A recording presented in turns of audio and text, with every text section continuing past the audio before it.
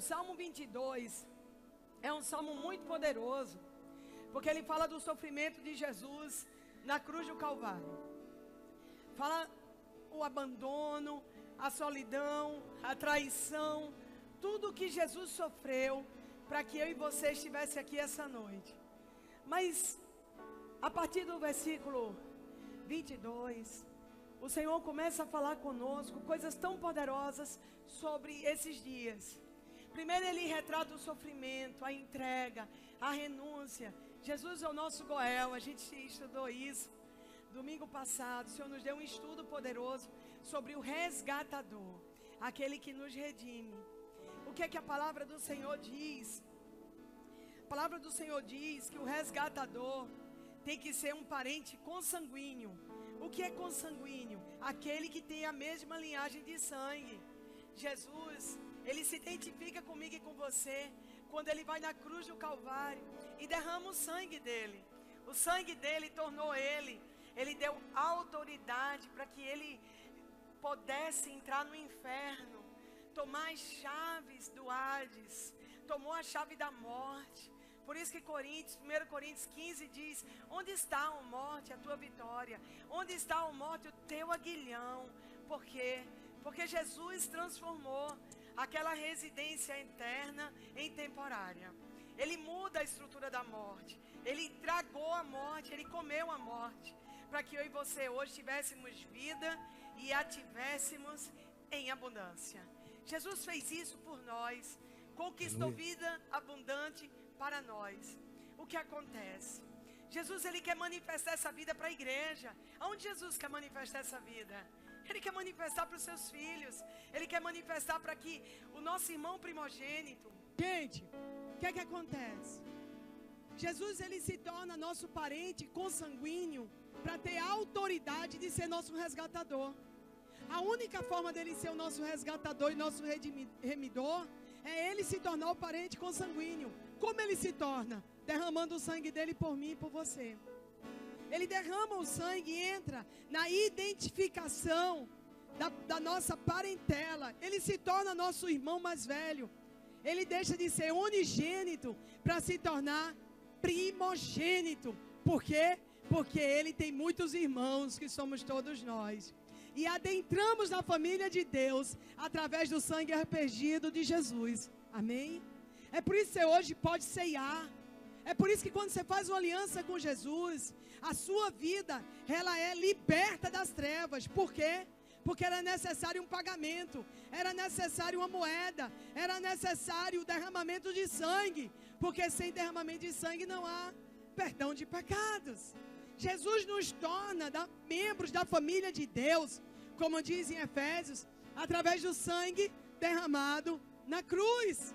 E aí, eu e você podemos adentrar agora no Santo dos Santos, porque nós éramos impedidos. Só o sumo sacerdote podia.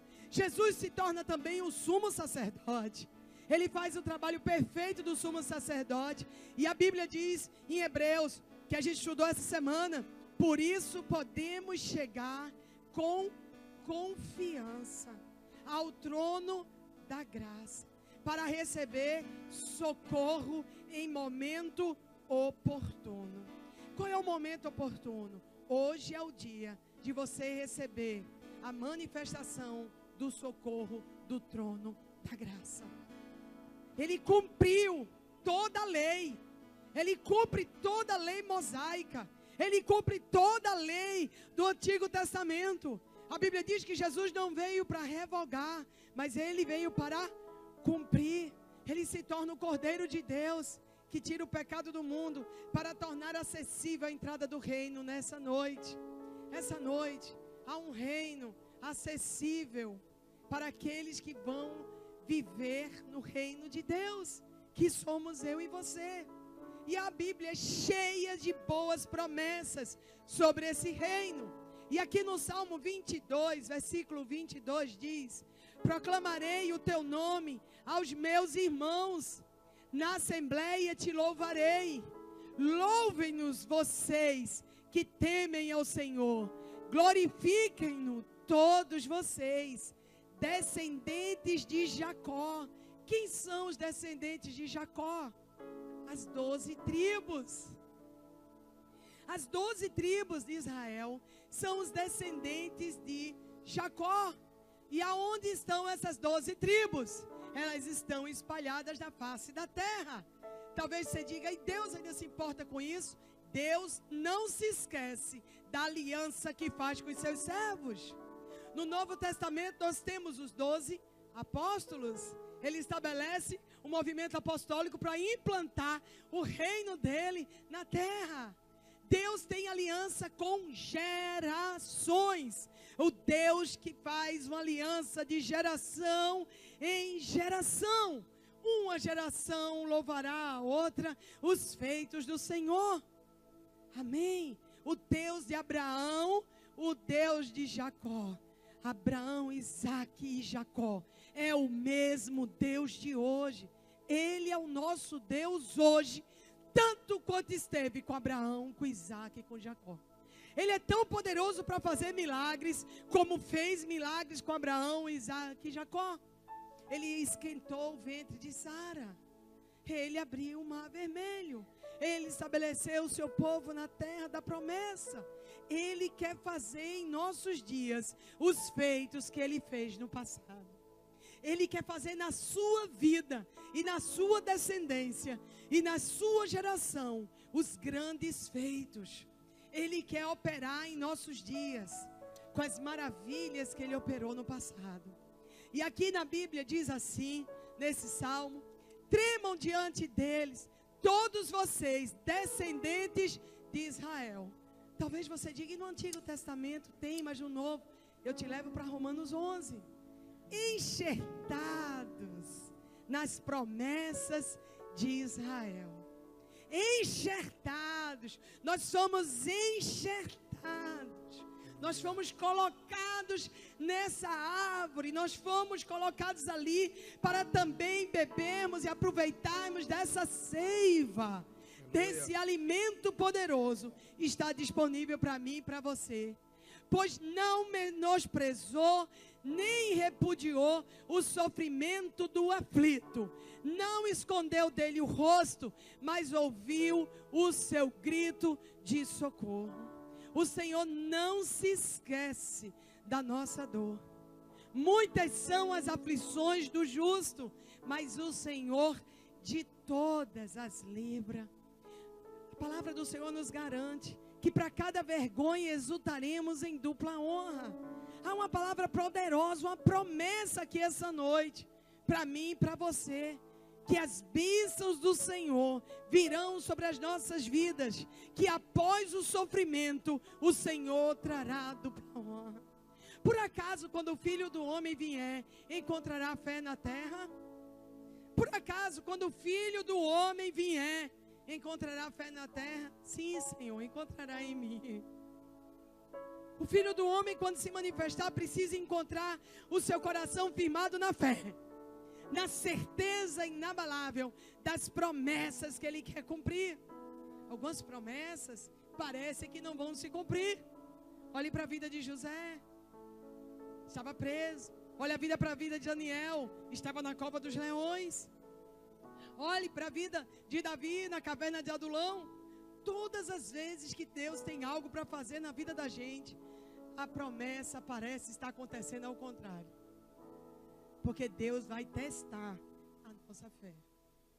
Deus vai testar através das circunstâncias, das situações, das coisas que acontecem. Se os nossos olhos estão nas circunstâncias ou estão fitos nele.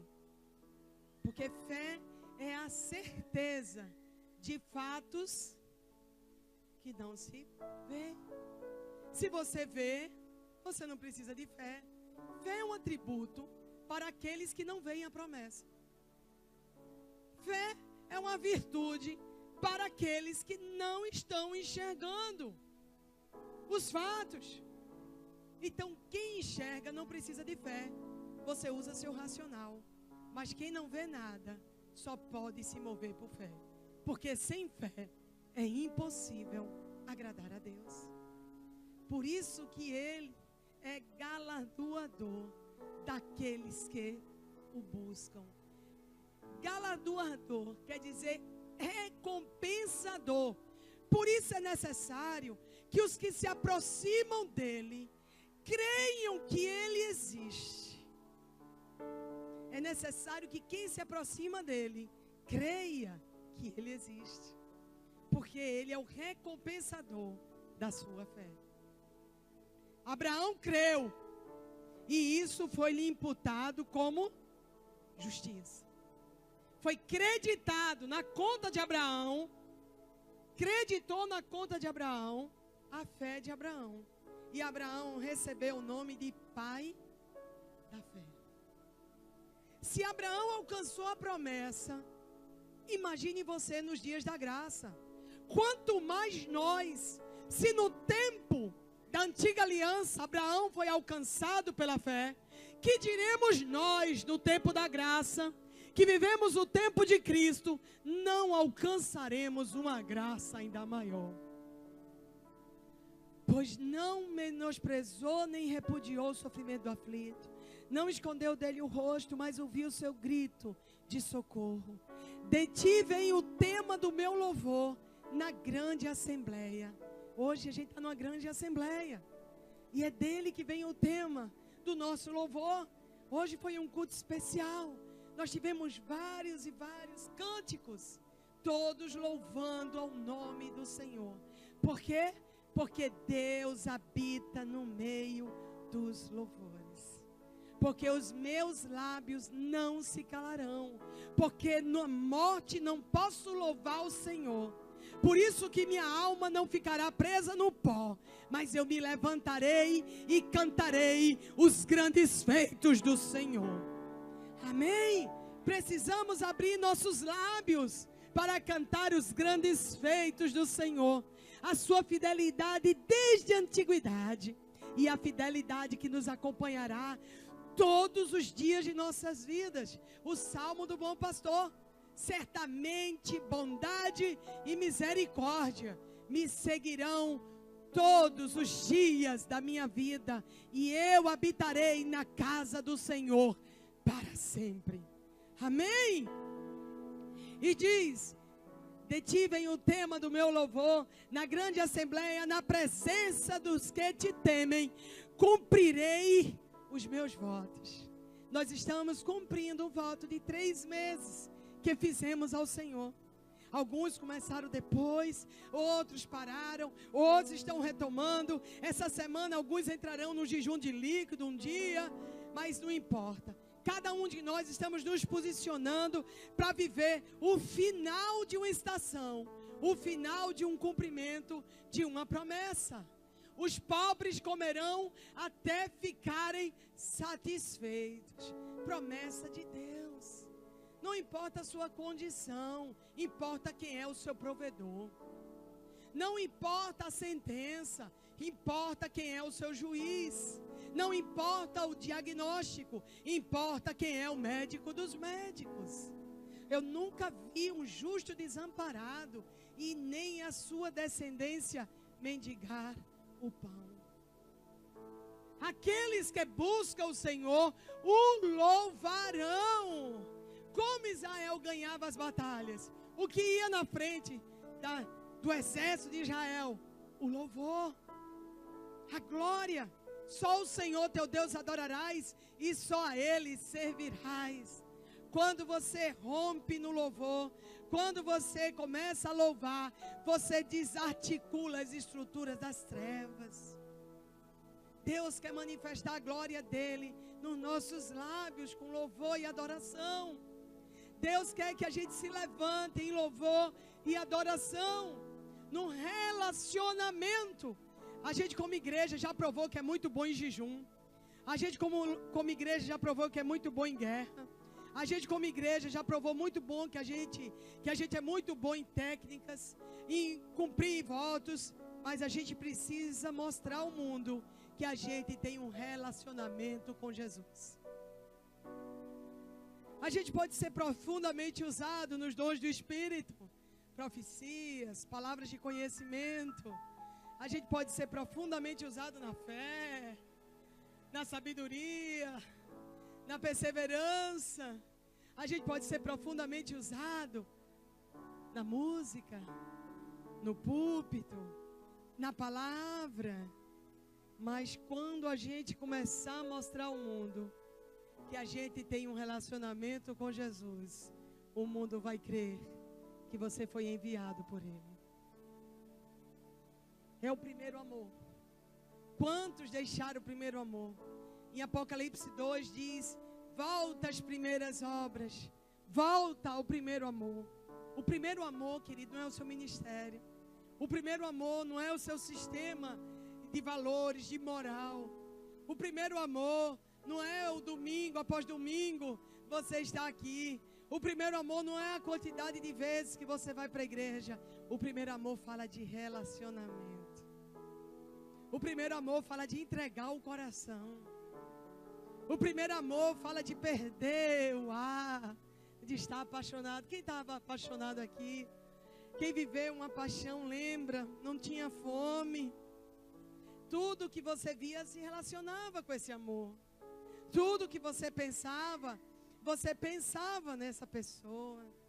E tudo que você estava vivendo, você esquecia de comer, de dormir, porque estava apaixonado. Jesus quer que a gente volte a esse primeiro amor. Jesus quer que a gente volte e se entregue mais uma vez nesse primeiro amor, num relacionamento de esquecer de comer. Não é porque você está jejuando, é porque Jesus é mais importante do que o que você come. É você estar tão apaixonado que você esquece quanto tempo você passou adorando. É você estar tão apaixonado que você não vê a hora passar. Você não vai orar e ler a Bíblia porque é uma obrigação. Você vai porque você tem prazer na presença dEle. Os mandamentos de Deus não são penosos para que a gente não possa cumprir. Muitos têm cumprido os mandamentos como o irmão do filho pródigo. Eu estou cumprindo tudo, então você me abençoa. Eu estou fazendo tudo. Falta amor, falta entrega. Qualquer casal sabe disso. Quando os anos vão passando e muitas vezes o primeiro amor vai desaparecendo, a paixão inicial vai sucumbindo com a rotina, e aí ele compra presente todo aniversário, porque é um aniversário e tem que dar presente. Comparece nas reuniões sociais, porque são casados e tem que comparecer. E aí a gente vai cumprindo um monte de obrigação e vai esquecendo do prazer que nós temos na companhia um do outro. Na alegria que nós temos de coisas singelas. Tomar a mão, ir num cinema, um jantar, preparar algo especial. E fazer essas coisas não por obrigação, mas por um amor que existe, um amor que está ali sendo liberado a cada dia. Será que a gente não corrompeu o primeiro amor de Jesus com alguma estrutura religiosa? Será que a gente não tem vindo aqui na igreja para cumprir uma agenda, para cumprir determinadas situações, e a gente tem esquecido daquele primeiro amor que arrebatava nosso coração? Pregar a palavra, falar para todos: olha, eu encontrei o grande amor da minha vida. Olha, eu encontrei. Você lembra quando você estava apaixonado que você apresentava a todos o seu grande amor? Você lembra que com Jesus também tem que ser assim? Quem esteve com Jesus tem um brilho no olhar que ninguém pode tirar. Quem tem estado com Jesus sempre vai ter um brilho na sua face, como Moisés tinha.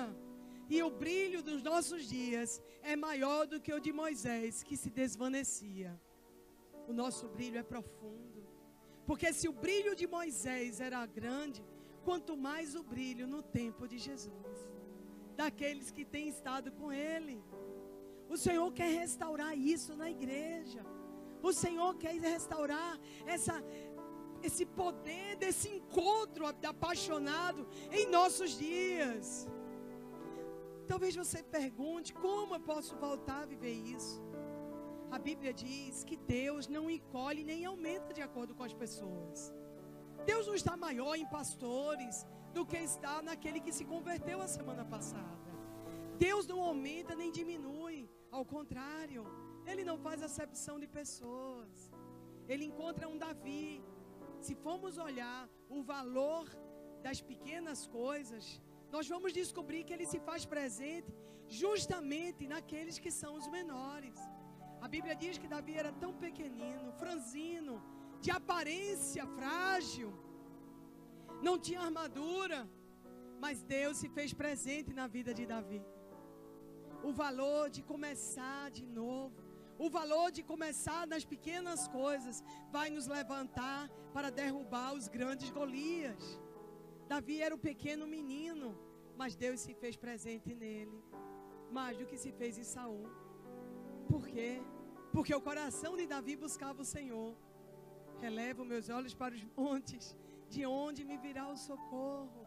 Meu socorro vem do Senhor, que fez os céus e a terra. Saul tinha um socorro na grande armadura, na grande estatura, na grande família. Davi não tinha armadura, não tinha estatura, mas tinha o Senhor.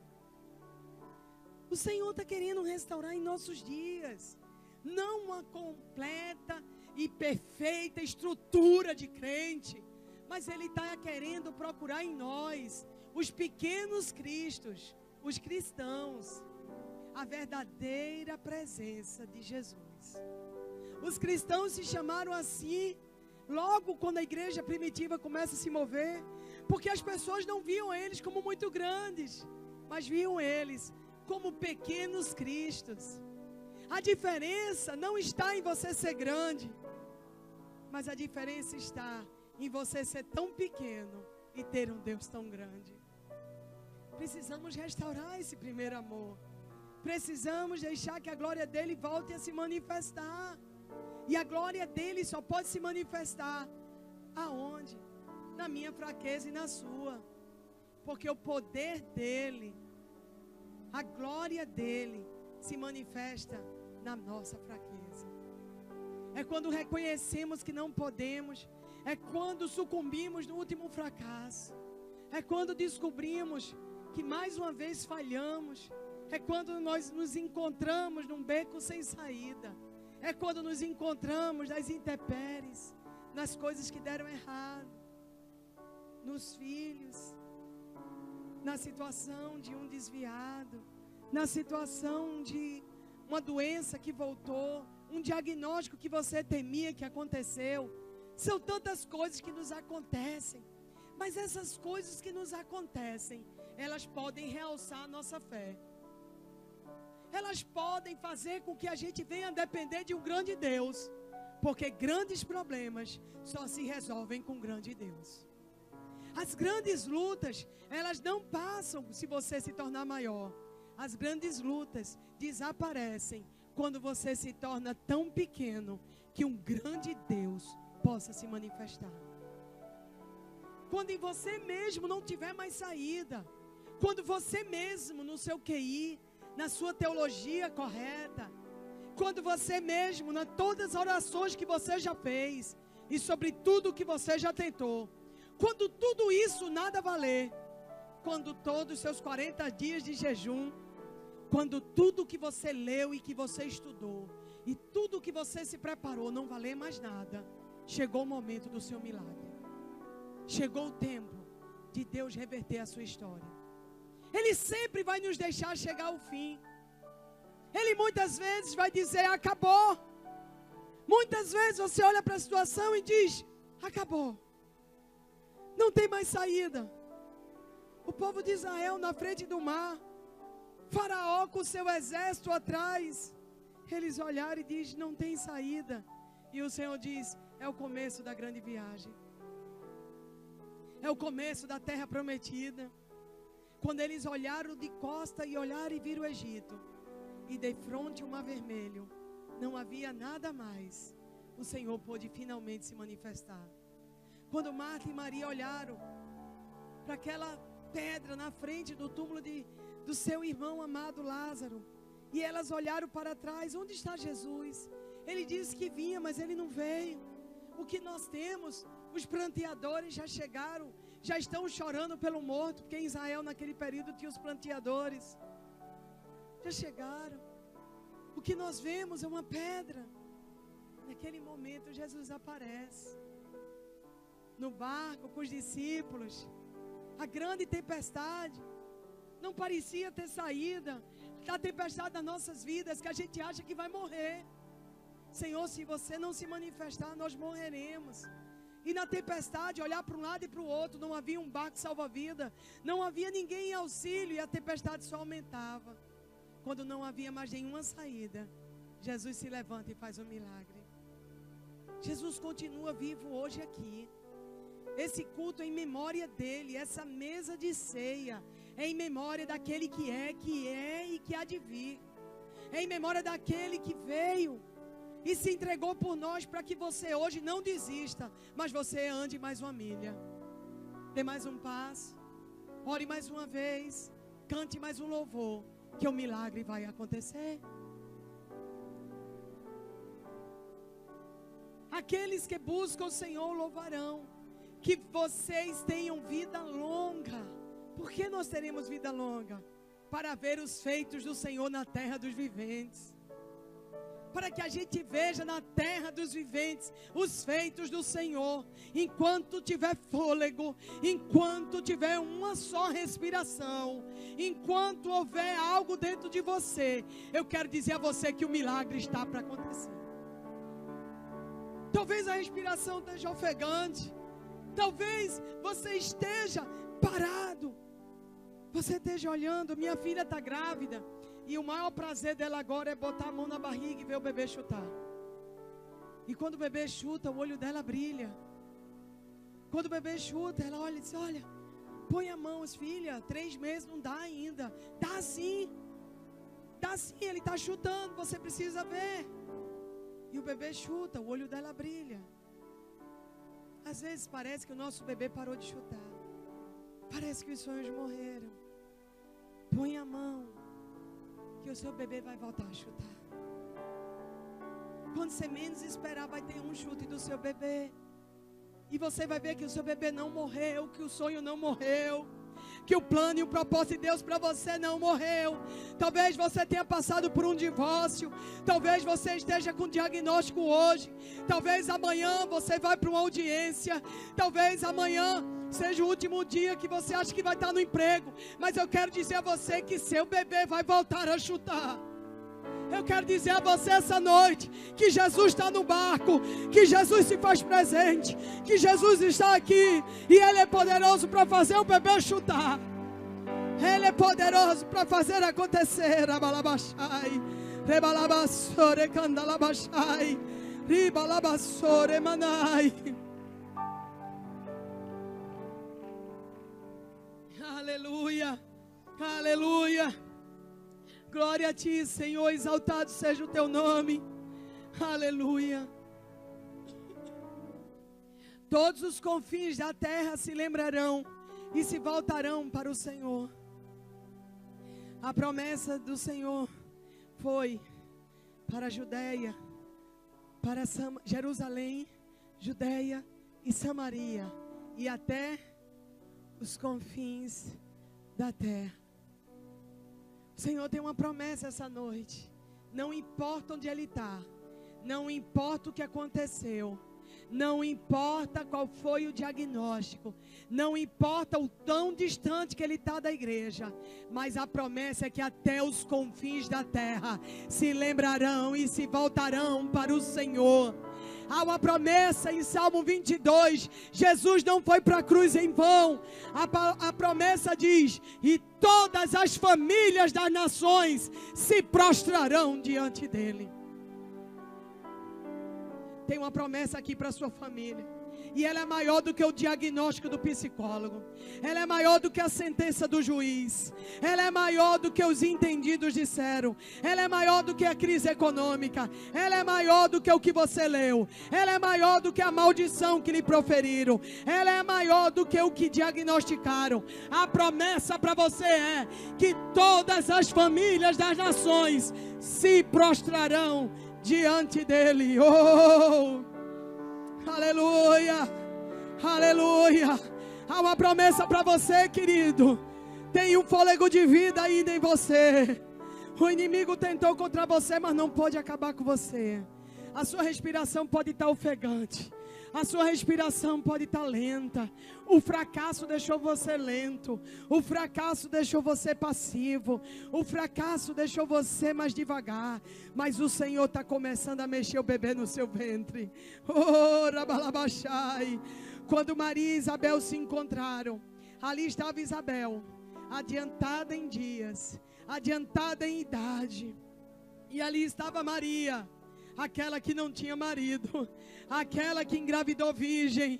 E elas se encontram, duas improváveis, Isabel velha, Maria nova, mas no meio das duas, os bebês começaram a se mexer. Talvez alguém diga para você, você está muito novo, você não pode. Talvez alguém disse para você, o tempo já passou e não dá mais. Mas o Senhor diz, quando eu me mexo, quando eu me movo, quando eu prometo, quando eu dou minha promessa, quando eu levanto o meu povo, eu faço o bebê voltar a mexer.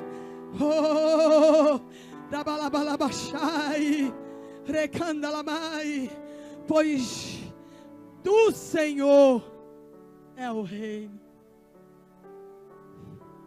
O reino tem dono. O rei é o rei do reino. Você foi convocada para pertencer ao reino de Deus. Você lembra? Alguns chegaram aqui à frente e entregaram a sua vida a Jesus. Entregaram a sua vida a Jesus. Eles disseram a Jesus, Senhor, já não vivo eu, mas Tu a partir de agora vive em mim. Eu já não tenho mais vontade, nem emoções e nem desejo. Eu não sei se você pensou nisso quando você entregou sua vida a Jesus. Eu não sei se você tomou essa atitude tão séria, levando tão a sério a decisão. Quando você veio e entregou sua vida a Jesus, você disse a Jesus, para onde você me mandar eu vou. O que você escrever a meu respeito eu viverei. O que você falar eu falarei. O que você sentir, sentirei eu. O seu povo será o meu povo. O seu Deus será o meu Deus. Você fez uma aliança de emoções, de vontades, de desejos. Você não deu a Ele o seu domingo. Você quando veio aqui na frente, você não disse assim, olha Jesus, todo domingo agora eu vou na igreja e eu vou ceiar. Olha Jesus, alguns encontros da igreja que eu gostar, eu vou participar. Olha Jesus, eu vou deixar você tomar conta de 10% do que eu ganho. Não, querido. Quando você se deu a Jesus, você deu tudo o que você tem. Você deu seu passado, você deu suas péssimas escolhas. Você deu o seu passado, as escolhas terríveis que você fez, as péssimas escolhas, você deu a Jesus. Ele comprou. É por isso que o diabo não pode mais te acusar, sabe? Porque você não reteve o seu passado. Você não disse, a partir de agora eu me dou a você, Jesus. Não, você se deu. Você deu sua história, você deu seus pais, você deu sua casa, você deu suas emoções, você deu seus desejos, você deu seus sonhos. Você deu cada palpitar do seu coração. Você deu tudo o que você é, tudo o que você foi e tudo o que você vier a ser. Você deu a Ele. Você não deu só o domingo, você deu todos os dias de sua vida.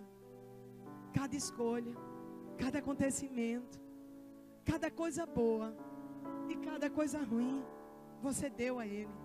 Você deu a Ele os filhos que você tem e os que você vier a ter. Você deu a Ele os filhos que talvez Ele já guardou. Você deu a Ele os sonhos e os fracassos. Você deu a Ele. Você deu a Ele o seu deitar e o seu levantar. Você deu a Ele tudo. Tudo que você tem. Você não retém 90% e diz que é seu. Você deu a Ele as suas finanças, a chave da sua casa, a chave do seu coração. Você deu a Ele. Você deu a Ele. Você não reteve nada. No dia que você disse a Jesus, eu a partir desse momento agora eu sou teu.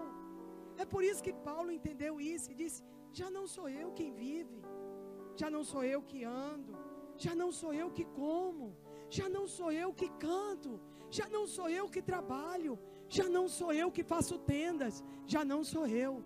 Já não sou eu, já não é minha família, mas tudo que eu tenho e tudo que eu vier a ter é teu, Senhor.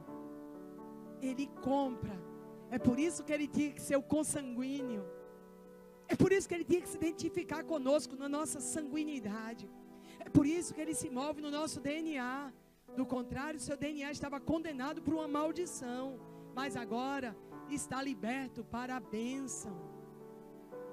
É a sua história, não é mais sua, mas se mistura com a história de Jesus. É o seu caráter, é os seus sonhos. Agrada-te do Senhor e Ele satisfará os desejos do seu coração. Quais são os desejos do meu coração? Antes de conhecer Jesus, eu tinha vários. Agora, eu permito, eu deixo, eu entrego que Ele me diga quais são os sonhos que Ele tem para realizar na minha vida. Não é mais os meus sonhos, é os sonhos dEle. Por quê? Porque os meus sonhos podem ser perigosos. Os meus sonhos podem ser corrompidos, contaminados, influenciáveis. Veja bem, se tudo que você orou há 2 anos atrás começasse a se cumprir essa semana na sua vida. Lembra de algumas orações que você fez? 2, 3 anos atrás. Algumas coisas que você pediu: Senhor, por favor, me mate, eu mate ele. Senhor, por favor, me mude dessa cidade. A partir de amanhã começasse um anjo chegar da sua porta. Querido, você lembra dessa oração que você fez? Chegou a resposta, vai se cumprir. Você ia dizer: por favor, anjo, essa não. Eu estava nervoso na hora que eu fiz essa oração. Eu estava um pouco tenso, anjo. Aí o anjo disse: agora não tem mais jeito. Está chegando já o segundo anjo com a segunda resposta. E você corresse para o quarto, começasse a orar e tocasse a campainha e o terceiro anjo chegasse, toca a terceira resposta. Você não ia aguentar. Sabe por quê? Porque a sua vontade muda, seus desejos mudam, suas orações mudam. É por isso que você precisa nessa noite um Deus que não há sombra de dúvida nele, que Ele não muda. Ele é o mesmo de ontem, hoje e eternamente. Quando a minha vontade, ela é variável, eu preciso de uma vontade boa, perfeita e agradável para se cumprir na minha vida. Quando tudo começar a acontecer e quando enfim tudo se cumprir e tudo que o Pai preparou para você, você vai ter certeza que estava tudo com uma vontade boa, perfeita e agradável para nós. A Bíblia diz, continuando no Salmo 22, e todas as famílias das nações. Que promessa é essa? No Novo Testamento também diz: todo joelho se dobrará e toda língua confessará que Jesus é o Senhor. Há uma promessa. Não importa o que as pessoas estejam dizendo hoje a você. Não importa que eles digam que são ateus. Eu gosto da trincheira. Falar de trincheira de guerra. Você já viu alguém na trincheira ser ateu? Querida, as pessoas são ateus na faculdade, no ar-condicionado, com o carro lá embaixo esperando, com o ônibus e a passagem no bolso. Mas na UTI, nas trincheiras de guerra, não tem ateu. Todo mundo é crente.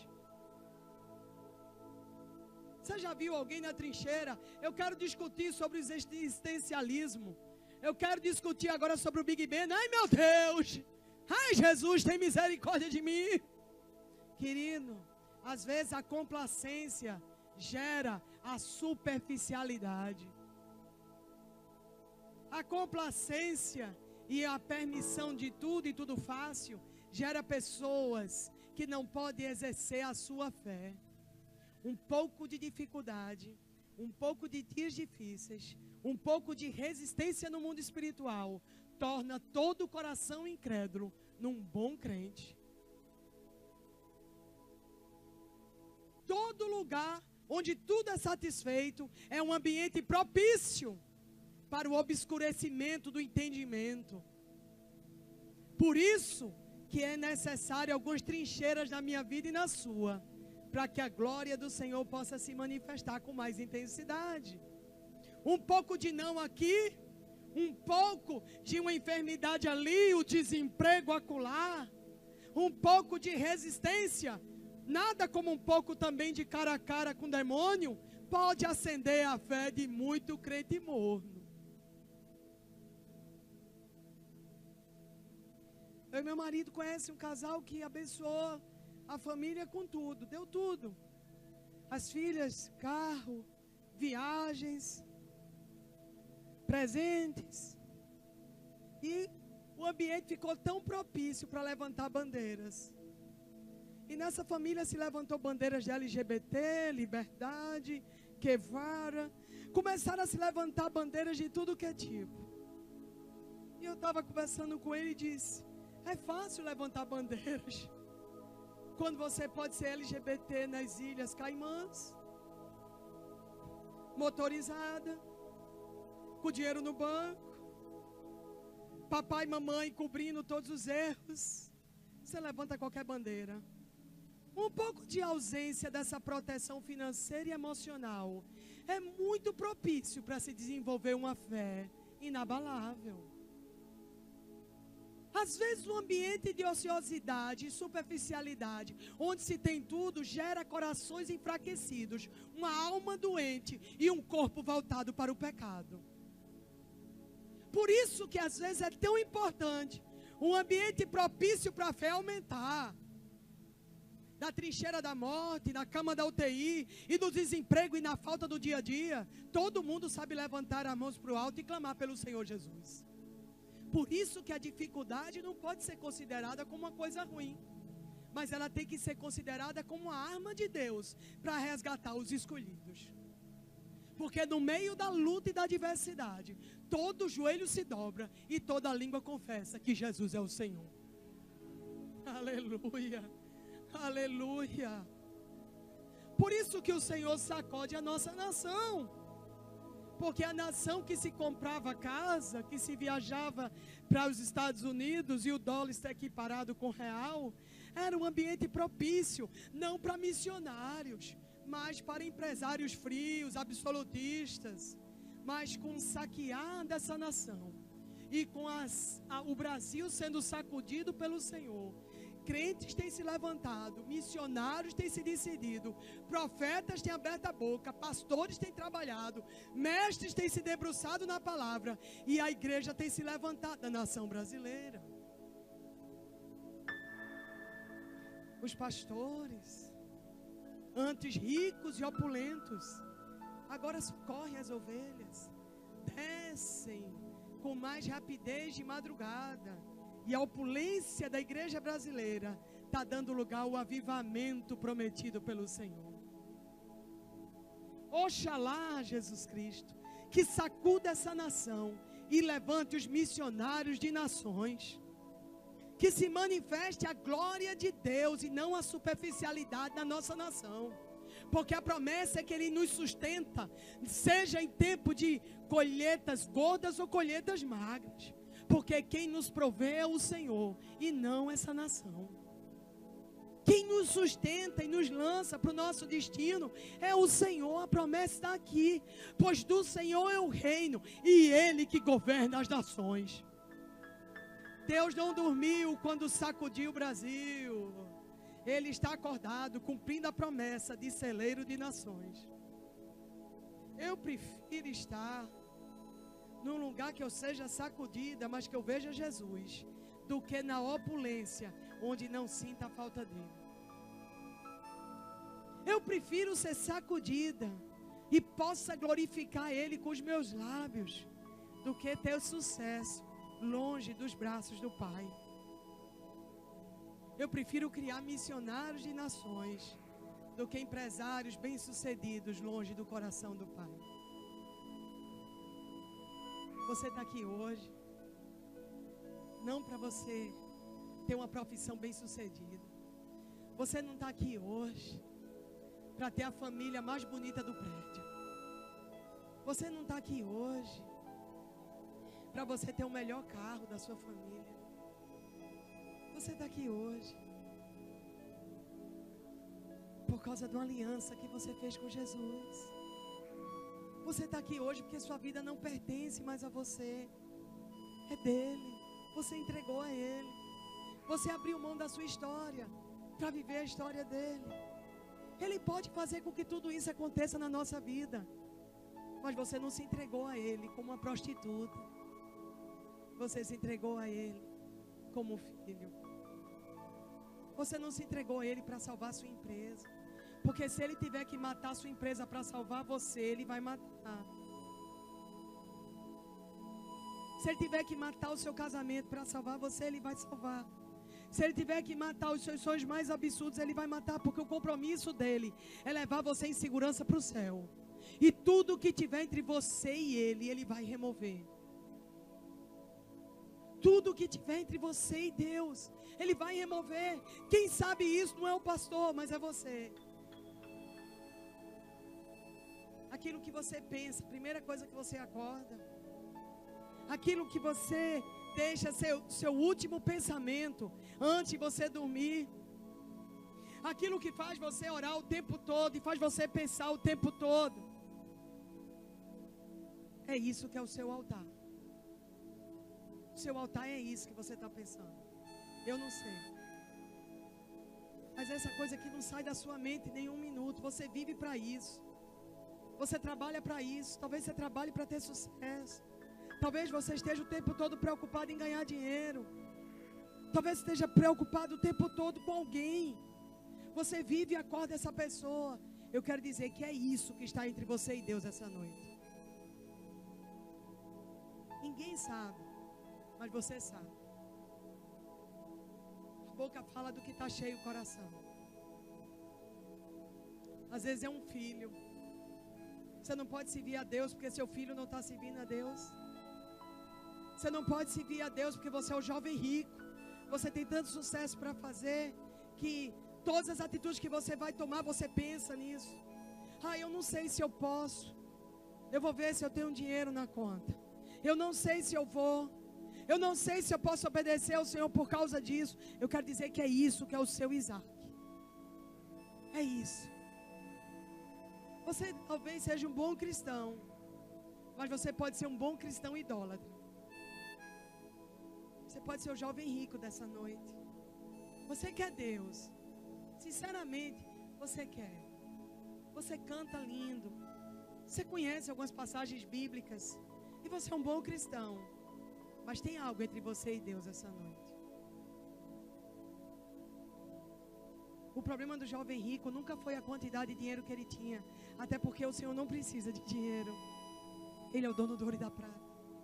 A questão foi: o que está no seu coração, jovem rico, que você não pode deixar para me seguir? O que está no seu coração hoje, que você não pode seguir a Jesus?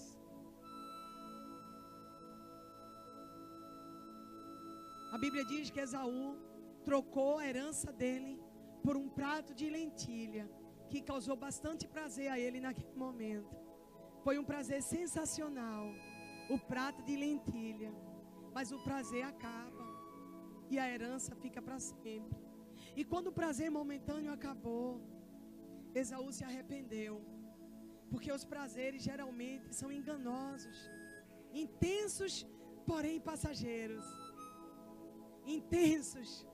São prazeres tão intensos. Eu fui tão completamente feliz naquele tempo. Mas passou. E quando terminou, Esaú tentou de volta pegar a sua primogenitura. E ele com lágrimas buscou, como diz lá em Hebreus. Mas a Bíblia diz que ele não teve de volta a herança dele com o Senhor. Porque no momento da decisão dele, eu não estou falando de uma decisão de ser crente. Esaú era crente. Nós não estamos falando essa noite de novos convertidos. Nós não estamos falando de bebezinhos da fé que vão se decidir por Jesus. Nós estamos falando de pessoas que conhecem o Senhor e têm uma herança, uma missão. E Esaú se arrependeu depois do prazer. O prato de lentilha acabou. A última lentilha escorreu na boca de Esaú. Ele limpou,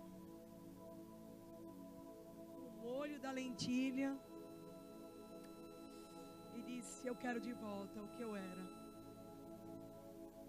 Eu quero de volta meu lugar no coração do Pai. Eu quero de volta a minha herança. E ele chora: por favor, Senhor, eu estou arrependido.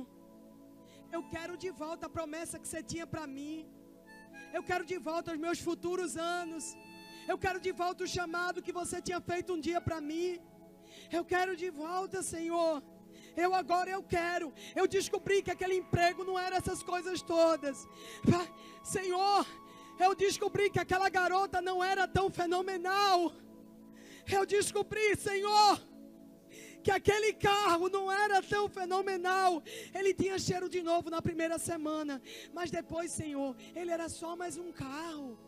Senhor, eu descobri que a casa própria, eu descobri, Senhor, que a casa própria não era meu tudo. Senhor, eu descobri, Senhor, eu descobri. Eu posso pegar de volta, eu posso ir de volta. E a Bíblia diz no Novo Testamento, gente, nós não estamos pregando hoje sobre o Antigo Testamento, quem me dera. Nós estamos falando do livro escrito para os hebreus, os judeus cristãos da igreja primitiva. E a Bíblia diz que ele, com lágrima nos olhos, ele não conseguiu de volta a sua herança. O que é que está entre você e Jesus essa noite? Quem está entre você e Jesus? Quem está essa noite entre você? Você é um bom cristão.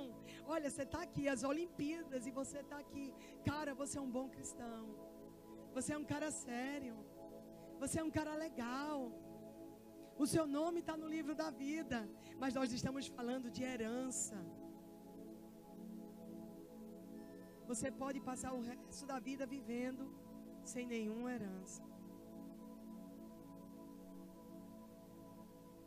Sendo só mais um bom cristão que sentou na igreja no domingo, tomou a ceia e voltou para sua casa para idolatrar alguma coisa que você pensa antes de dormir e que você pensa ao acordar. É isso que está no centro do seu coração. Você quer saber quem você idolatra? É isso que você pensa. É isso que move você. Eu conheço pessoas que no momento da crise, elas pensam em alguma coisa. Não, eu preciso ver isso. Não, eu preciso fazer isso. Eu preciso disso. Elas precisam de tantas coisas. Quando só uma coisa é importante: o Senhor. Você nunca vai ter uma vida sobrenatural enquanto Jesus não for o seu primeiro e último amor.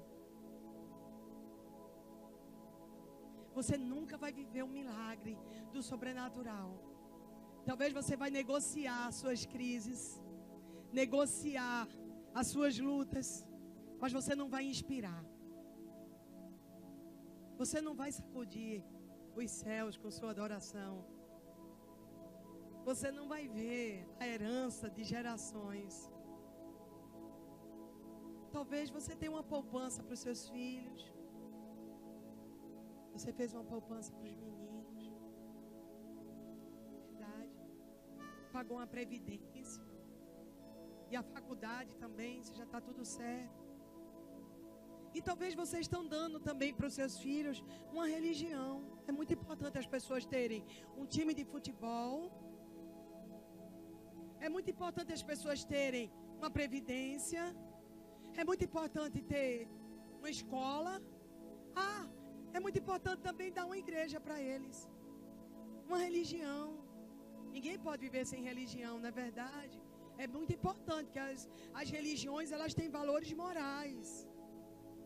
Será que nós estamos falando de um homem que ficou pendurado na cruz durante 6 horas de uma sexta-feira, e ele queria que você desse para sua família, como você deu um time de futebol, e você desse para sua família também uma religião?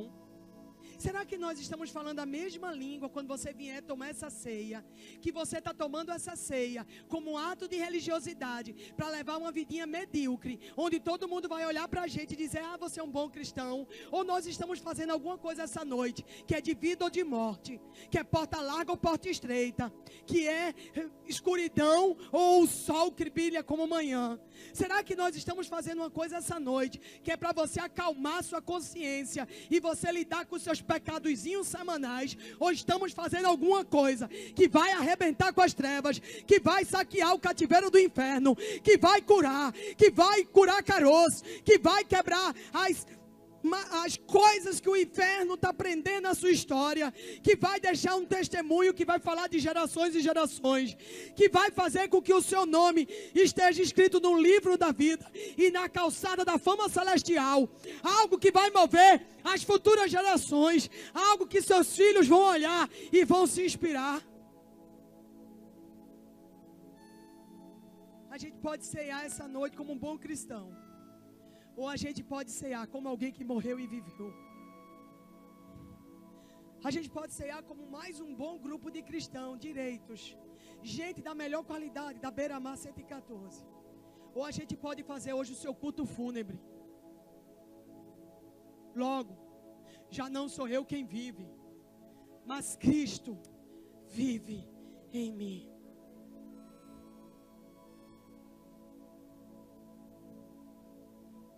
Cada um de nós vai examinar a si mesmo. Cada um de nós essa noite não vai ser examinado por ninguém. A Bíblia diz: cada um examine a si mesmo. Eu quero pertencer à família 61, mas eu quero continuar bem vivinho aqui. Os meus desejos, os meus sonhos, não vou perdoar não.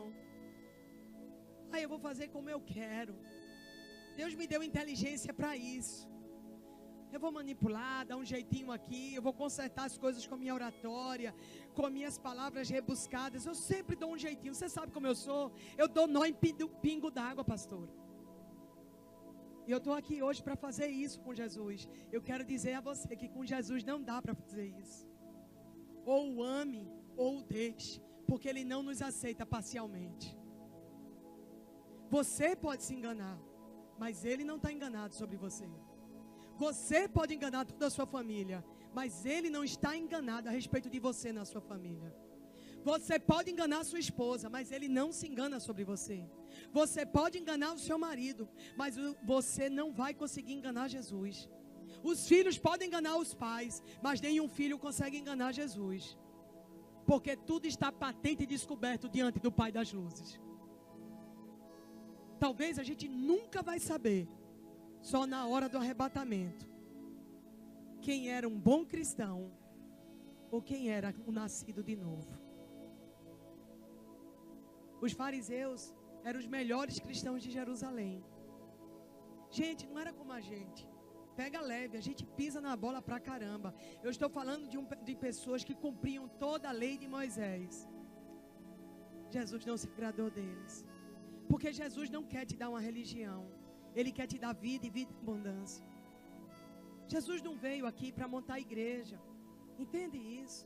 Jesus não veio aqui para dizer: vocês precisam de uma religião, onde vocês não vão se morder uns aos outros, onde vocês não vão trapacear, onde vocês vão ficar comportados. Não, Jesus quando veio Ele disse, Ele deixou: arrependei-vos, porque é chegado o reino dos céus. Ele nos chama para um arrependimento. Tem gente que é tão bom cristão que não precisa se arrepender. Tem gente que é tão bom que aceitou Jesus sem arrependimento. Vou me arrepender de quê, pastor? Eu não matei, não roubei. Eu vejo cada figura estranha aí na família 61. Eu estudei a vida toda, trabalhei, fui arrimo de família. Olha, pastor, eu sou um bom cristão. Você precisa ver os que você está aí na igreja. Eu não. Olha a minha posição. Olha o meu cargo, pastora. Eu sou gente da melhor estirpe. Querido, você pode ser muito bom para a sociedade, mas não para o reino de Deus.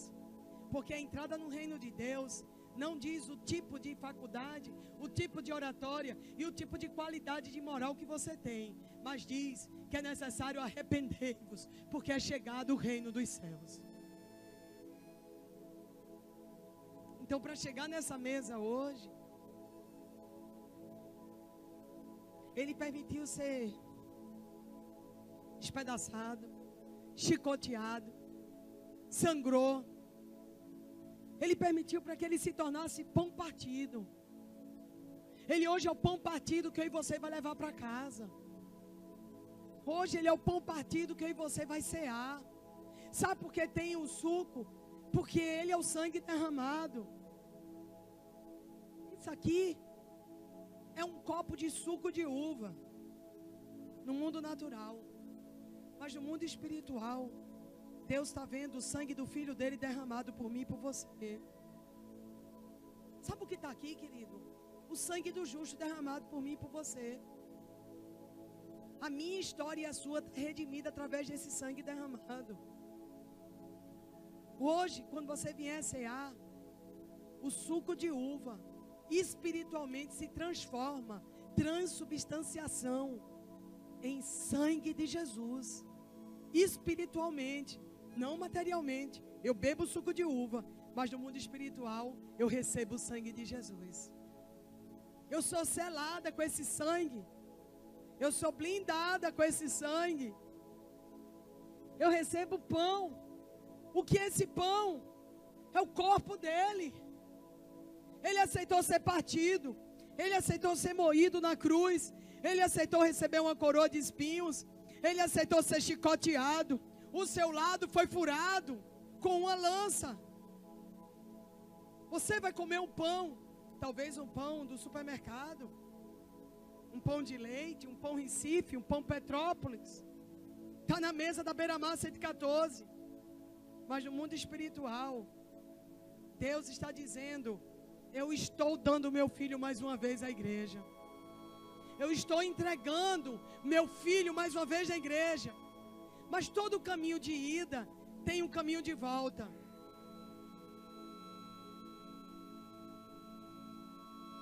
Se eu como esse pão de qualquer jeito, se eu recebo esse pão sem temor, sem examinar o corpo, sem ter discernimento espiritual, se eu brinco com uma coisa tão séria, eu estou trazendo ignomínia sobre Cristo mais uma vez. Essa noite, dependendo das minhas atitudes e do meu coração, eu ponho Jesus de novo na cruz. Eu crucifico de novo o Filho de Deus. A Bíblia diz que eu posso crucificar Jesus de novo. Eu posso pegar esse pão e tornar ele um pão Recife. E dizer, é um ato religioso. E eu posso colocar Cristo na cruz. Eu posso de novo furar o seu lado. Eu posso de novo colocar nele a coroa de espinhos. Não esperem isso das pessoas que estão aí fora. Não esperem isso dos satanistas. Não esperem isso dos malandros da favela que estão vendendo drogas. Não, por favor. Assim como no Israel antigo, quem colocou Jesus na cruz foi os fariseus, os melhores religiosos daquele tempo. Quem coloca Jesus de novo na cruz são os crentes domingueiros. Não foi Barrabás que colocou Jesus na cruz. Não foi Barrabás que colocou Jesus na cruz. Ao contrário, Deus amou tanto o mundo que deu seu Filho unigênito para que todo aquele que nele crê não pereça, mas tenha vida eterna. Não foi Barrabás, foi os religiosos.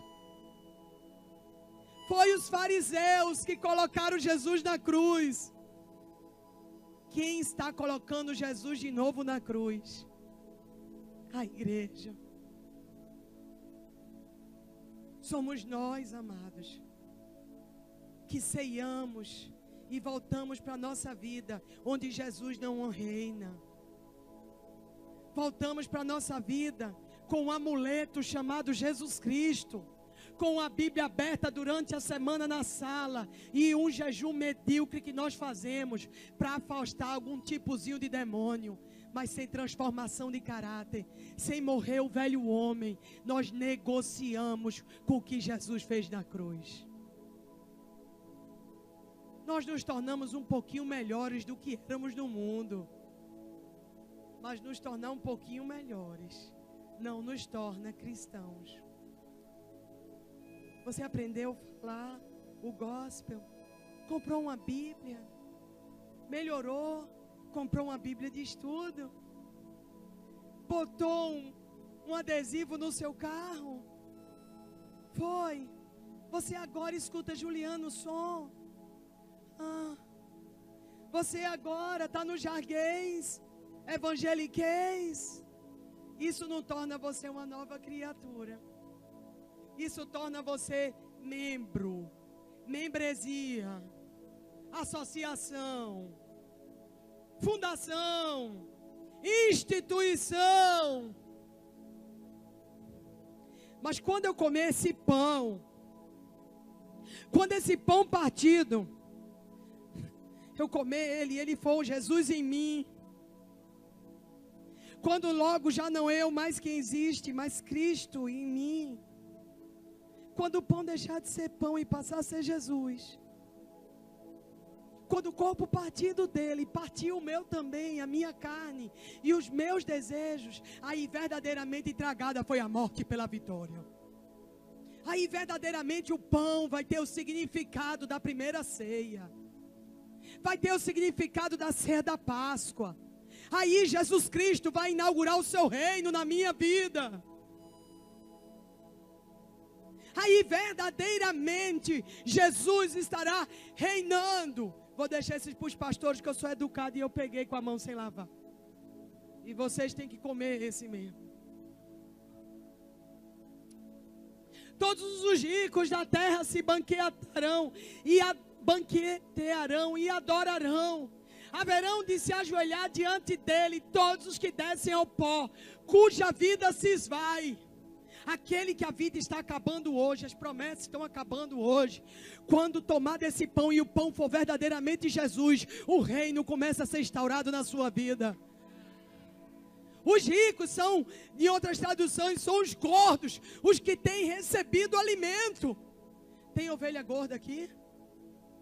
Ou a ovelha está magra aqui? Tem passado fome da palavra? Tem passado fome de adoração? Tem faltado alimento? Para quem tem muito, né? Para quem não tem nada, toda amarga é doce. Para quem tem demais, até o mel, né? Haverão de se ajoelhar diante dele todos que descem ao pó, cuja vida se esvai. Hoje é dia de você começar uma nova história onde estava se esvaindo, onde estava acabando. O chute do bebê que parecia que não mais ia se mexer. Quando o reino de Jesus for instaurado em você, você vai viver o que o reino promete. Do contrário, você vai ser um religioso. Do contrário, você fundou uma instituição. Do contrário, você é do Banco do Brasil, do Clube Esporte. A sua previdência é... Dá um nome aí de previdência que eu não sei. Sul-América, né? E a sua instituição é a Beira-Mar 114. Mas quando isso deixar de ser instituição e passar a ser casa de Deus, e quando você parar de ser um religioso e for a morada dele, o reino foi estabelecido na sua vida. Aí verdadeiramente o reino chegou até nós. A posteridade o servirá. Por quê? Porque quando você ensina caminhos a seus filhos, eles quando ficam mais velhos dizem: eu prefiro o meu próprio caminho. Meu pai gostava do carro Chevrolet, dizia: eu prefiro o Honda. Meu pai gostava do campo, eu prefiro a praia.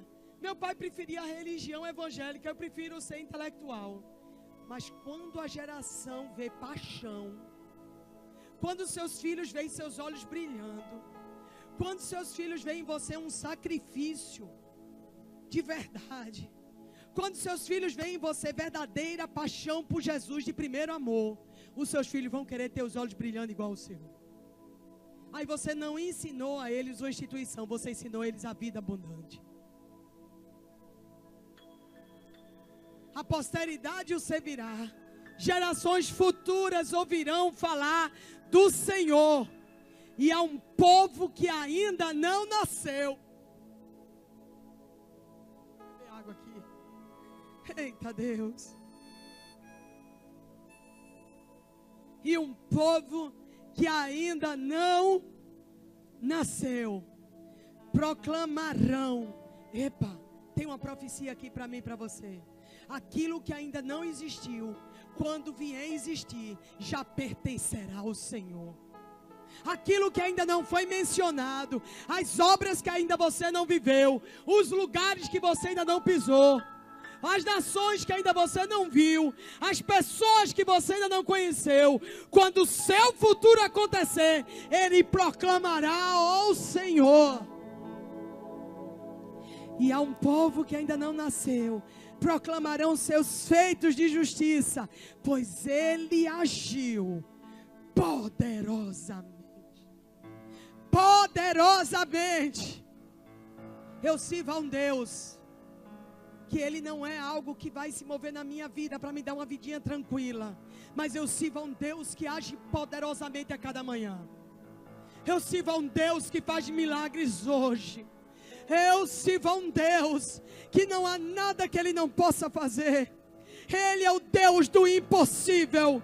Ele é o Deus que anda sobre as águas do mar. Ele é o Deus que detém as tempestades. Ele faz o pobre se levantar e sentar em lugares de príncipes. Rabachei, remachei, ribassou, andarabalabachei. Oh, oh,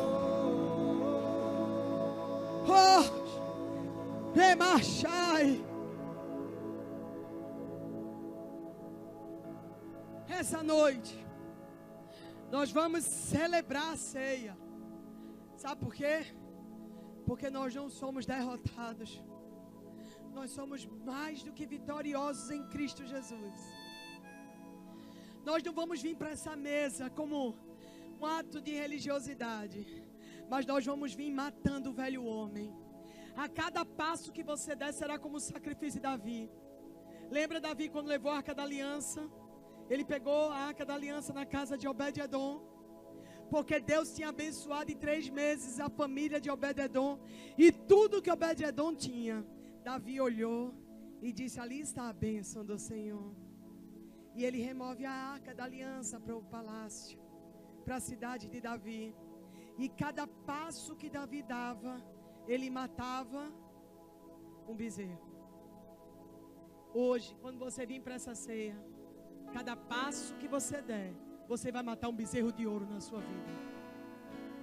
Hoje os bezerros de ouro vão cair nessa casa.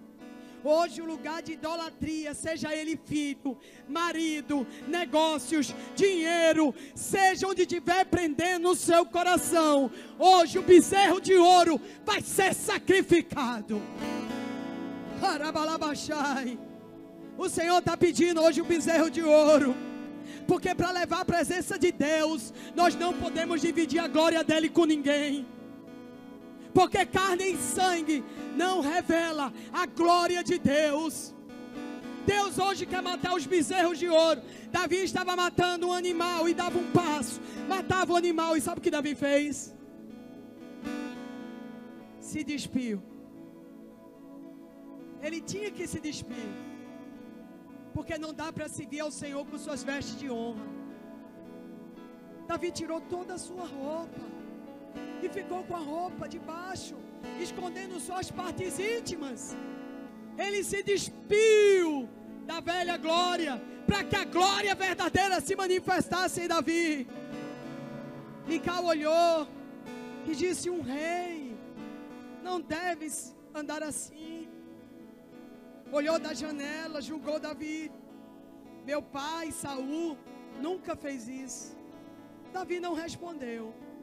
Estava despido, todo sujo de sangue, matando um bezerro a cada passo.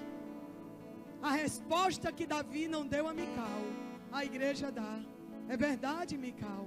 Por isso que Saul não permaneceu na cadeira de rei. Porque só um verdadeiro rei pode morrer despido da sua glória.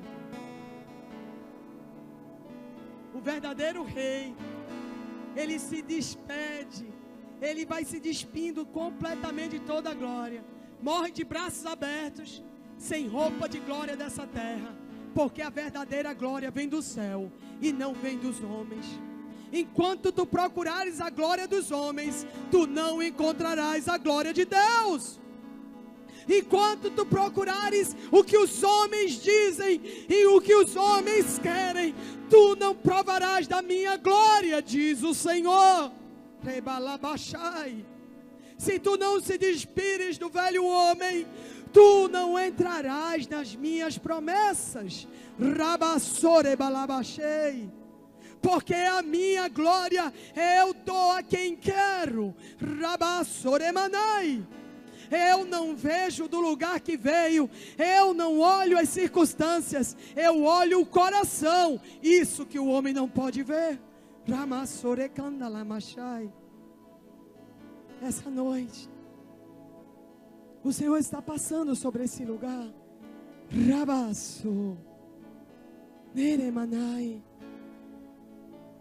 É hora de você se despir da velha glória. Essa glória está contaminada. Essa glória está manchada. Há uma glória de Deus para ser derramada nessa casa. É algo que os homens não podem ver, nem podem dar. Como Davi, que se despiu e sacrificou diante do altar. Assim seja a nossa vida hoje diante do Senhor. Remasso, Ele está aqui. Queria pedir para o louvor, amém. Ramasso. Entre em contato com a glória dele. Oh, darebachai. Oh, rabalabassou. Aquele que acalma tempestades. Aquele que cura. Aquele que levanta Lázaro. Ramassou. Ele passeia nesse lugar. Che. Oh, neremassou.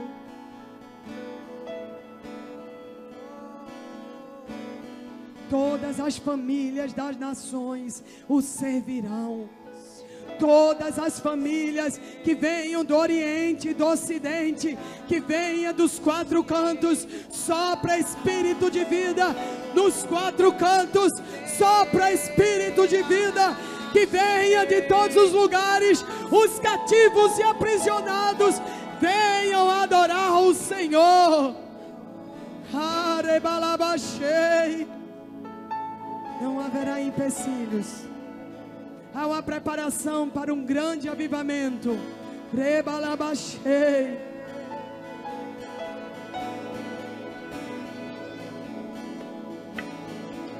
O chofar tocou e a glória desceu. Deixa a glória tomar conta de você. Deixa o arrependimento. Deixa que o arrependimento agora comece a rasgar teu coração. Rasgar tuas vestes. A Bíblia diz: vocês rasgam as vestes, mas não deixam rasgar o coração. Essa noite nós rasgamos as nossas vestes, nossos corações diante do Senhor.